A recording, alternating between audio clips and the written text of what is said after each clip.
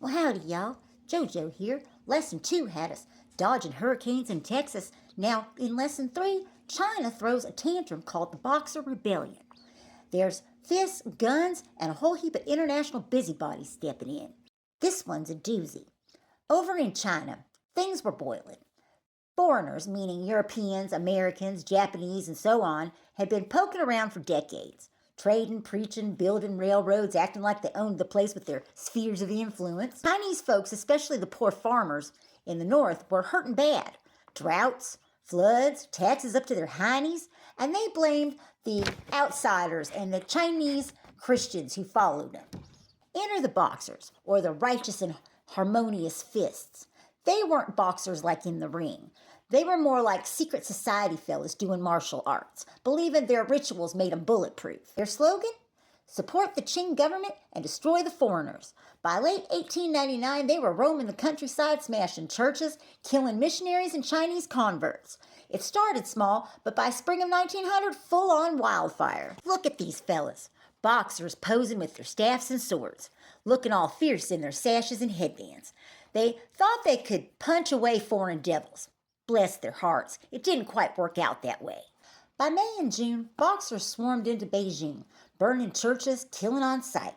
On June 13th, the Emperor's Dowager, Cixi, that's the big boss lady that was running things for the young emperor, kind of winked at him, then full-on backed him. On June 17th, foreigners seized the Dagu forts on the coast to keep the supply lines open. The next day, Cixi ordered all the foreigners killed. The German minister got shot dead in the street.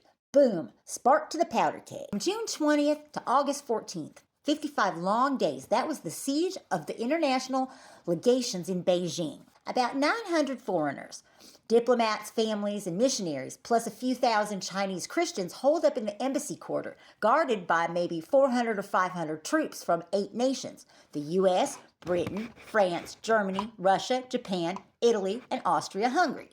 Boxers and imperial troops bombarded them daily with snipers, artillery, and fire arrows.